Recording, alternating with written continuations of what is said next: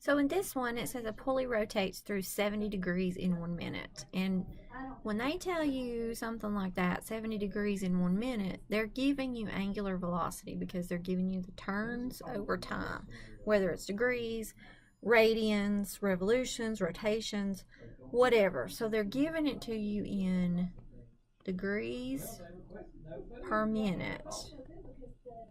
Now, here's the thing. They don't want it in degrees per minute. They want it in rotations.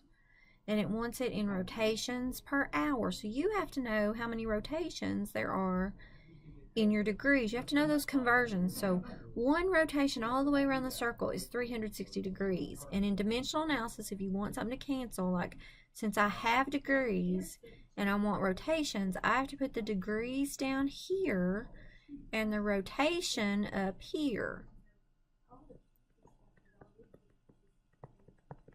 So one rotation is 360 degrees, and we want it in an hour. So we've got it in 1 minute. So what we have here is 60 minutes is the 1 hour. So if you're looking at this one, your minutes cancel, and if you do your math, 70 times 60 divided by your 360 gives you the degrees cancel, and you're left with roughly 11.7 rotations because that's what's left.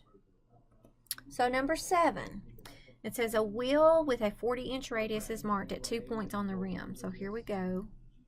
Here's my wheel.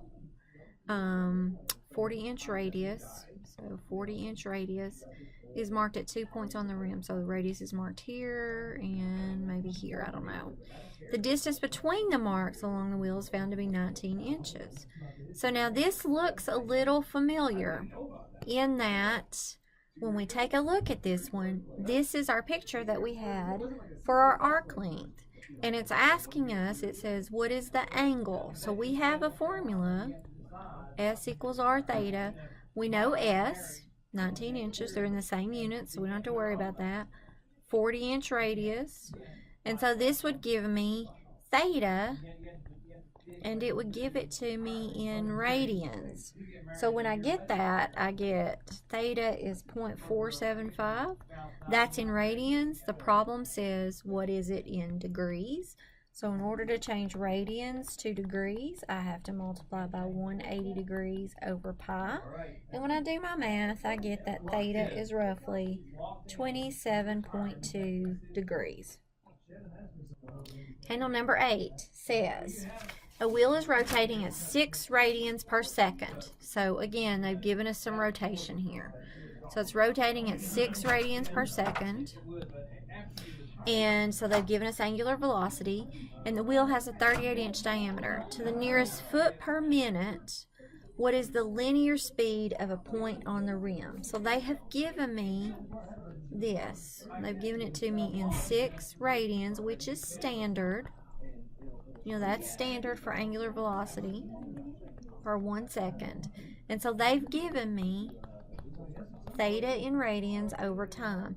And they want linear speed. I have a formula for linear speed, which the things that they've given me, this, and they've given me a 19-inch radius, that fits in this formula. So if I do 19 inches times 6 radians per second,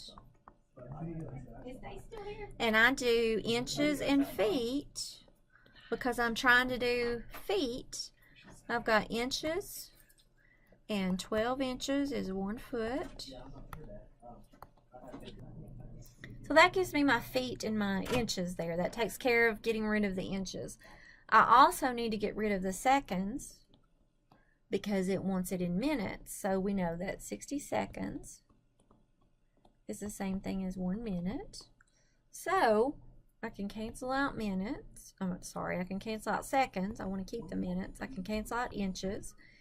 That leaves me with feet, and it leaves me with minutes. Radians, remember, is the one that if I don't have a unit, that's what it's understood to be. So if I multiply 19 times 6 times 60 and divide it by 12, I get 570 feet per minute.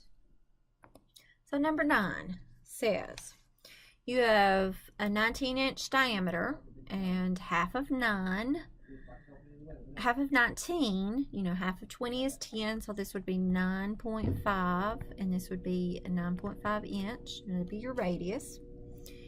Is turning at the rate of 53 revolutions per minute. So again, we have angular velocity, and it's given to us as 53 revolutions in 1 minute. So that's what it's given us. It's given it to us in revolutions per minute. So it says to the nearest inch per minute, what is the linear speed? So in this one, we have a formula, which is R times omega. I have everything I need, 9.5 inches for my radius. Angular velocity is 53 revolutions in 1 minute. It doesn't want it in, let's see, it wants it in inches per minute. And I have inches per minute, but the thing is in this formula, angular velocity has to be in radians. So I have to change this so that I know that 1 revolution is the same thing as 2 pi radians. So if I do my math, 9.5 times 53 times 2.5 comes out to 3162 inches per minute, and I have everything that I need then. So number 10, a bicyclist's average linear speed during a race was 31 miles per hour. So they've given us traditional velocity, 31 miles in 1 hour. So we've got what we need there. His bicycle wheel has a 17-inch diameter. So they've given us radius of 8.5 inches. What was the angular speed of the wheel in revolutions per hour? So we have, again, we have a formula we can use if we do a little creative algebra.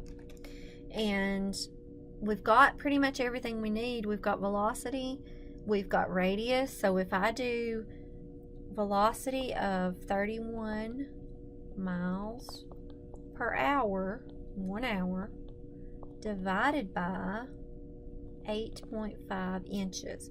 So if I come down here and I do my math, it looks like this: 31 miles in 1 hour. Division is the same thing as multiplying by the reciprocal. So if I flip that, I have 8.5 inches. Now, I'm trying to get revolutions per hour. So I've already got hours. So I don't need these miles and inches. I need revolutions. And if I cancel out all my units on the top, I've got radians. Remember, that's the standard for this formula. So what I know is that 1 mile is 5,280 feet. And I know that 1 foot is 12 inches. And that gets rid of the inches, that gets rid of the miles, that gets rid of the feet. And if I do my math, I get 231,077.65 radians, because all those units are gone, and that's the standard, per hour. But I don't want it in radians per hour, I want it in revolutions. And I know that 2 pi radians is the same thing as 1 revolution. So if I do my math and I divide by 2 pi, I'm going to get 36796 revolutions per hour.